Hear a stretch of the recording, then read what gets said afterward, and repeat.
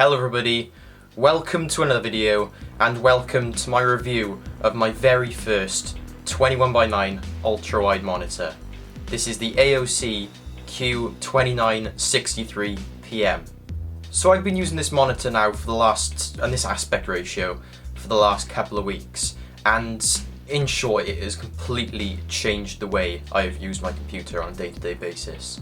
In this video I intend on going over what this style of monitor is good for, what this style of monitor is perhaps not so good for, and sort of explain why I went with this sort of single 21:9 monitor setup over, say, two 23-inch 16:9 monitors. And just before we begin, actually, I'd just like to mention that this isn't going to be a spec-heavy review. This is going to be more of a look on the 21:9 aspect ratio itself, as opposed to just viewing this monitor on its own. What I will say though is the LG panel in this thing is absolutely superb. The colours are awesome, the brightness is great, the viewing angles are brilliant, and there is next to no backlight bleed whatsoever. So yeah, with that said, let's get going. The first category we're going to look at is productivity. I know a lot of people running dual screen setups, and the majority of them 100% swear by them and would never even consider going back to a single monitor setup again. But to me, personally, I see those two monitors, and the majority of the time, only one of them is being used. A lot of these people a lot of people in general like to have a primary display and then a secondary display off to the side running Mail or Task Manager or whatever, and that's cool, but myself, I just see that as a waste of time really, especially with like mission control in OS 10 or in Windows 10 with the spaces. It just kind of eliminates the need for that secondary display. So instead of going that route, I decided to go with one of these and give myself a massive ultra-wide, super wide canvas to work on.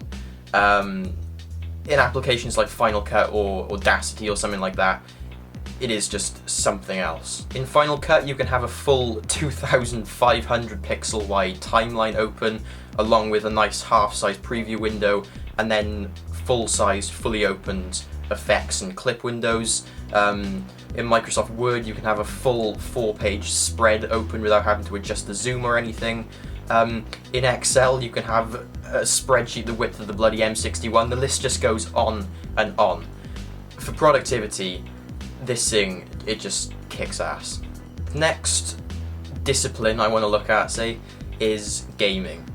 A lot of people are going to pick up one of these monitors for gaming, and simply put, gaming on a 21:9 monitor is just killer. In my opinion, it's the closest thing to full immersion without the use of a VR headset like an Oculus Rift or something.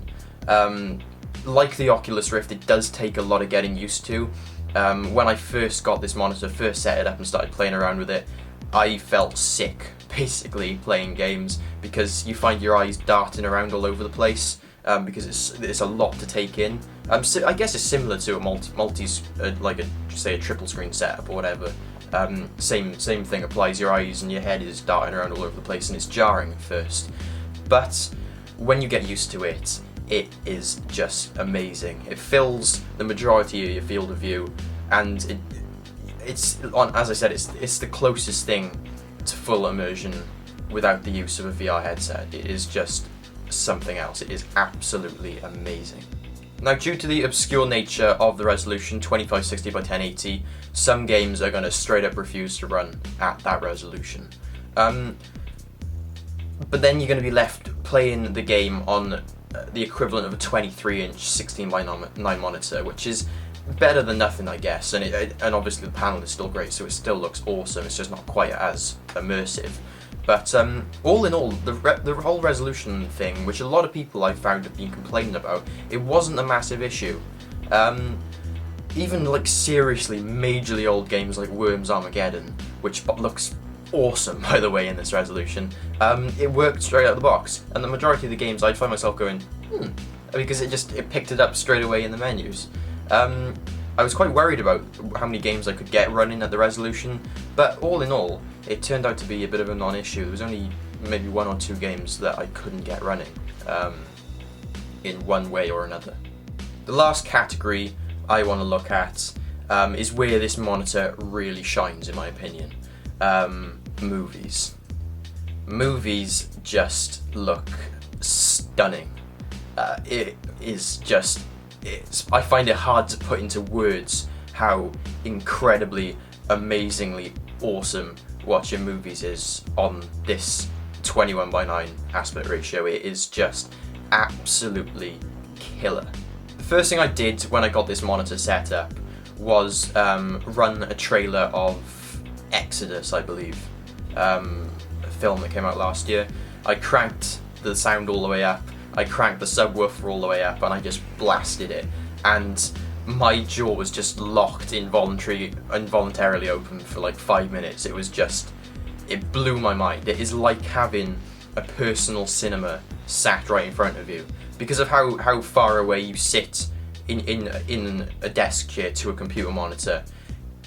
It's just so immersive. It is. I could sit in front of this monitor and watch movies for 12 hours a day. It is that enjoyable.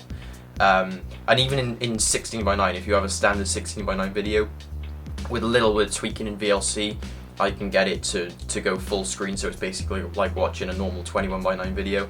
So TV shows, movies, just video and multimedia in general, that is where this monitor really shines. As good as productivity is on it, it's movies. Movies all the way. It is just so much fun, so immersive. Now we're reaching the tail end of this video, and you may be asking why I haven't mentioned any cons yet. And simply put, it's because I can't really think of any. The only two, for the aspect ratio anyway, I can't think of a single downside. This monitor in particular, it's an AOC monitor, so the build quality isn't great at all. It feels cheap and plasticky, but it's not much more than I can expect, really, given the amount of money I paid for it. You're not going to get cinema display grade quality and design. As long as the panel is great, which it is, then build quality I can sort of just sweep under the table. It's not a massive issue. The stand, though. Oh, the stand, I cannot let that slide. The stand is atrociously, appallingly terrible. I absolutely hate the stand. It's absolutely humongous. It's revoltingly ugly, and it offers no height adjustment whatsoever, and it makes the monitor take up way more space on the desk than it needs to, especially if you cram it into a corner like I have. It's just so massive. It has this sort of shape going on, and it just doesn't work well.